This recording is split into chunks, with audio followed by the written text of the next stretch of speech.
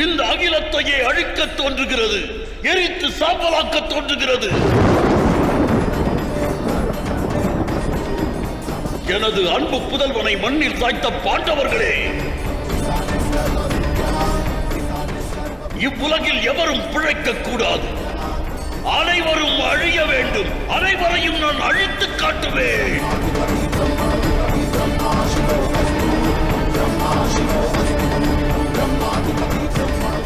பகவான் பரசுராமன் தன்னிடம் இருந்த அஸ்திரங்களை அன்று என்னிடம் வழங்கினார்.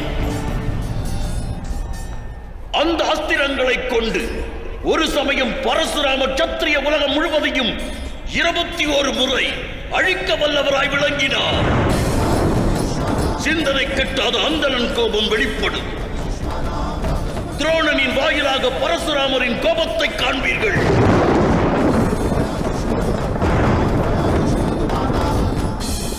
நான் பகவான் பரசுராமர் அளித்த அஸ்திரங்களால் அகிலம் அனைத்தையும் அழித்து காட்டுவேன். இந்த அகிலம் அனைத்தும் அழித்து போகட்டும்.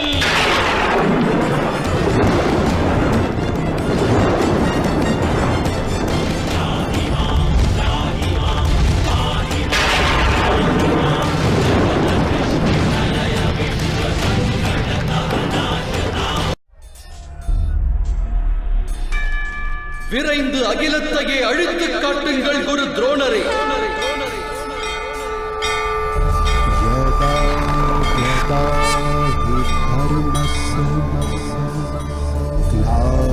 ग्लानिर्भवति भारत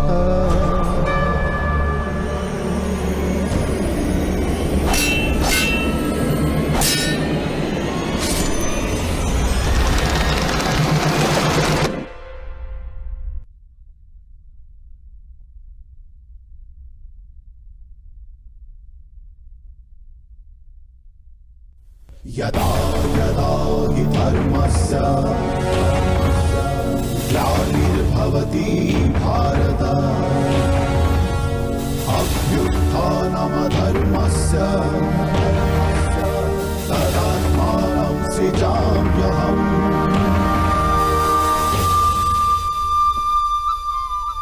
அஸ்திரத்தை தாம் ஏந்துவதற்கு முன்னால் நான் கூறும் கருத்தையும் சற்றே சிந்தித்துப் பாருங்கள்.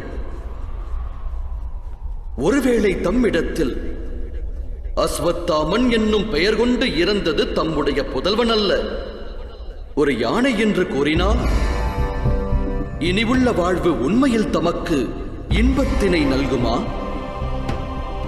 தம்முடைய ஹிருதயம் தனில் மீண்டும் கருணையானது பிறக்குமா? தாம் கூறுவது உண்மையா வாசுதேவரே? உண்மையில் எனது புதல்வன் மரணிக்கவில்லையா?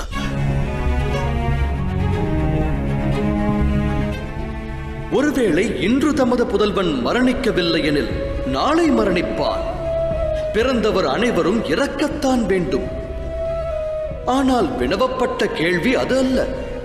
தம்முடைய வாழ்வின் சுகதுக்கம், ஆசை நிராசை, ஞானம் அஞ்ஞானம், வாழ்வின் அனைத்தும் தம் புதல்வனோடு பின்னி பிணைந்ததா? தம் வாழ்வில் முக்கியத்துவம் வாய்ந்தது வேறேதும் இல்லையா? தம்முடைய அனைத்து சக்திகளும் அனைத்து ஞானமும் தம்முடைய புதல்வனையே சார்ந்ததா? நிச்சயமாக அவன் அகிலத்தில் ஜனித்தது என்னால் அவனால் சுகத்தையும் சிநேகத்தையும் பெற்றேன். என் வாழ்வில் அவனை விட மகத்துவம் வாய்ந்தது வேறேதுமில்லை. தந்தையாகப்பட்டவன் புதல்வன் மீது அன்பு கொள்வது தவறா? சற்று சிந்தித்து பாருங்கள் குரு துரோணரே. அகண்ட அகிலத்தையே எதிர்த்து தம் புதல்வன் மீது தாம் அன்பு கொண்டீர்கள். அவனுக்கு உண்மையில் தாம் என்ன அளித்தீர்கள்? ராஜ்யம், சுகம், அதிகாரம் தந்தேன். நல்லொழுக்கம் தந்தீர்களா? ஞானத்தை வழங்கினீர்களா? தர்மத்தை அவனுக்கு போதித்தீர்களா? அவனை காக்க தமது உதவி அவனுக்கு தேவையில்லை என்னும் நிலையை அவனுக்கு வழங்கினீர்களா?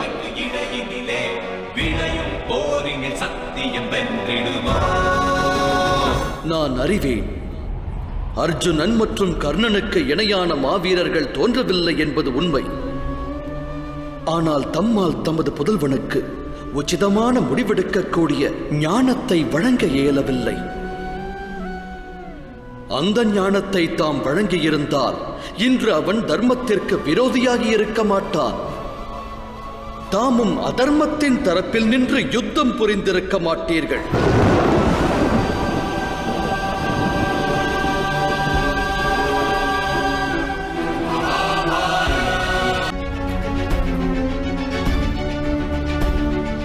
நான் அறிவேன், அர்ஜுனன் மற்றும் கர்ணனுக்கு இணையான மாவீரர்கள் தோன்றவில்லை என்பது உண்மை. ஆனால் தம்மால் தமது புதல்வனுக்கு உச்சிதமான முடிவெடுக்கக்கூடிய ஞானத்தை வழங்க இயலவில்லை. அந்த ஞானத்தை தாம் வழங்கியிருந்தால் இன்று அவன் தர்மத்திற்கு விரோதியாகி இருக்க மாட்டான். தாமும் அதர்மத்தின் தரப்பில் நின்று யுத்தம் புரிந்திருக்க மாட்டீர்கள். எனது புதல்வன் அஸ்வத்தாமனுக்கு சுகங்கள் அனைத்தையும் அளிக்கவே எண்ணினேன். எனது புதல்வன் அஸ்வத்தாமன் மீது அளவற்ற அன்பினை நான் அன்பு உன்னதத்தை தருவது, சரியது தவறு எது எனும் ஞானத்தை வழங்க வல்லது. அன்பினை அறிந்திருந்தால் தாம் அதர்ம வலையில் சிக்கியிருக்க மாட்டீர்கள். தம் புதல்வனும் அதர்ம கடலில் மூழ்கியிருக்க மாட்டான். உண்மையில் இது அன்பல்ல, தம் ஹிருதயம் வெளிப்படுத்திய மோகம். அன்பிற்கும் மோகத்திற்கும் இடையே உள்ள வேறுபாட்டை தாம் எப்போதாவது அறிந்ததுண்டா?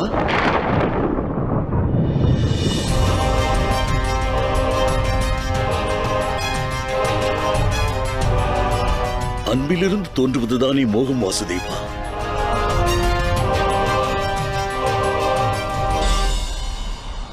தவறு.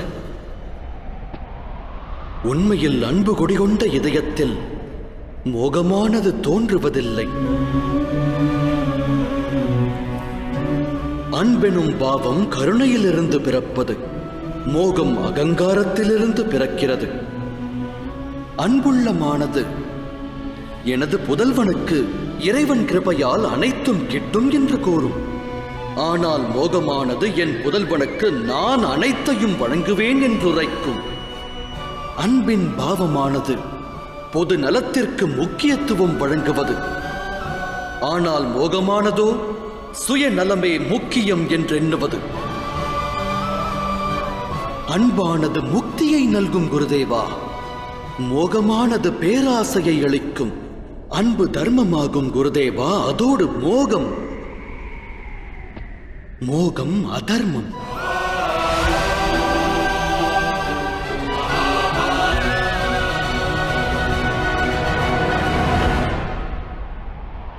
உண்ணுவதற்கு வயிறார உணவு கிட்டாததால் சரியான வழியை காட்டத் தவறினீர்கள். அன்று தமது புதல்வனுக்கு வறுமையை வெல்ல தர்மத்தின் வழியை போதித்திருந்தால் அவன் பெருமை சேர்த்திருப்பான். மனதில் மோகத்தை விதைப்பதற்கு பதிலாக சிறுவயது முதலே அவன் ஹிருதயத்திற்கு தர்ம ஞானத்தை போதித்திருந்தால் இன்றைய தினத்தில் தம்முடைய நிலை புனிதத்துவம் பெற்றிருக்காதா?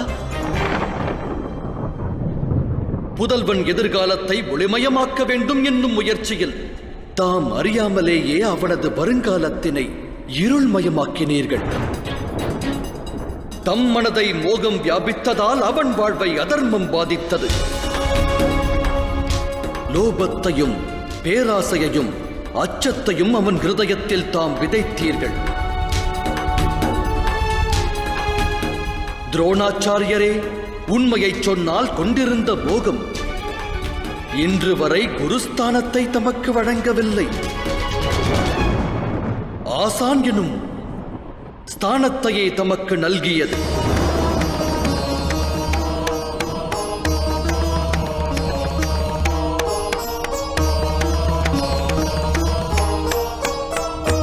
என் மனமானது பதைக்கிறது. நான் கற்ற கலைகள் அனைத்தையும் கல்வி பயில வந்த மாணவர்கள் அனைவருக்கும் அவர்கள் உயர்நிலை பெற வேண்டும் என்று போதித்தவன் நான். குரு என்பவன் கற்ற ஞானத்தை தானம்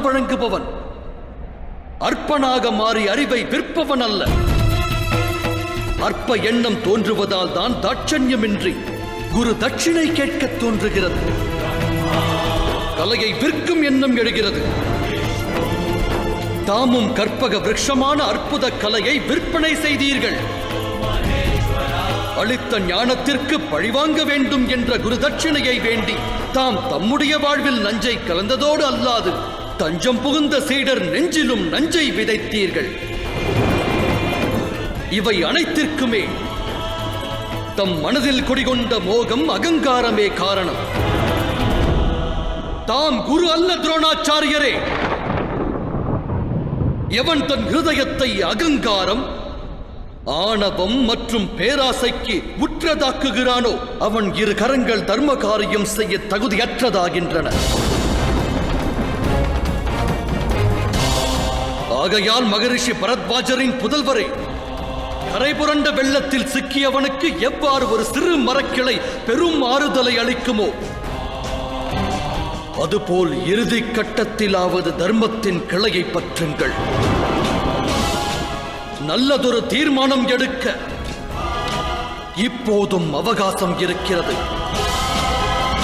மோகத்தை தியாகம் செய்யுங்கள். பாவத்தின் பிராயச்சித்தமாக பிராணனை விடுங்கள். கருணை என்னும் அன்பினை ஏற்றால் தாம் மேற்கொள்ளவிருக்கும் உச்சிதமான தீர்மானத்தை அகிலமே போற்றும்.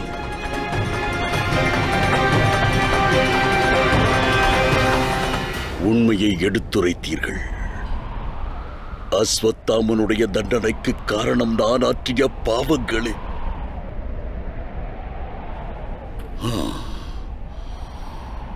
நேரம் நெருங்கிவிட்டது. தண்டனையை மனமாற ஏற்க விரும்புகிறேன்.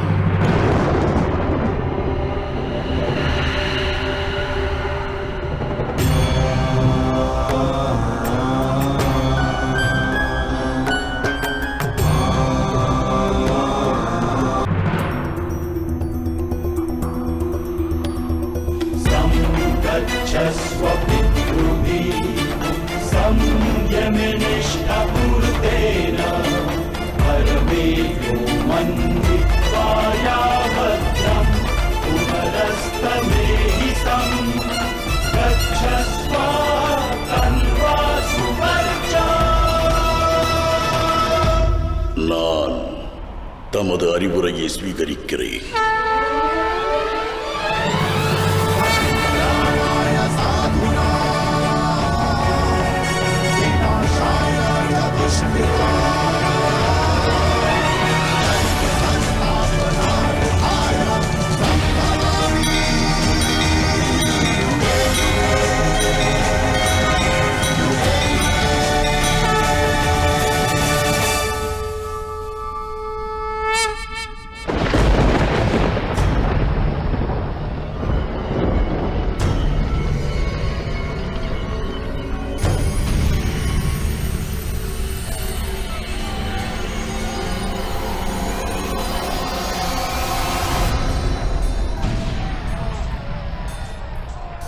எனது இறுதி காலம் நெருங்கிவிட்டது வாசுதேவரே.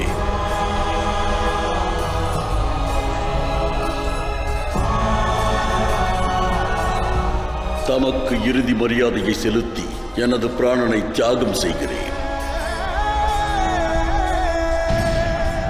என் புதல்விக்கு இணையான திரௌபதி இடத்தில் மகரிஷி பரத்வாஜரின் புதல்வன் துரோணன், என் புதல்விக்கு இணையான திரௌபதி இடத்தில் மகரிஷி பரத்வாஜரின் புதல்வன் துரோணன் மண்டியிட்டு மன்னிப்பு வேண்டியதாய் கூறுங்கள்.